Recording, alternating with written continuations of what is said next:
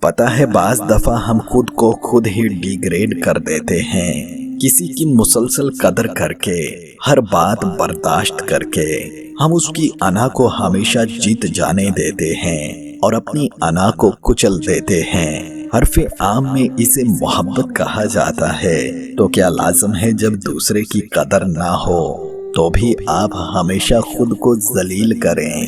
نہیں، ایک پوائنٹ ایسا بھی آتا ہے جہاں محبت ختم نہیں ہوتی، سکت ختم ہو جاتی ہے۔ ساری ہمت جمع کر کے بھی اتنی ہمت نہیں آتی کہ خود کو دوسرے کی راہ میں رکھا جائے۔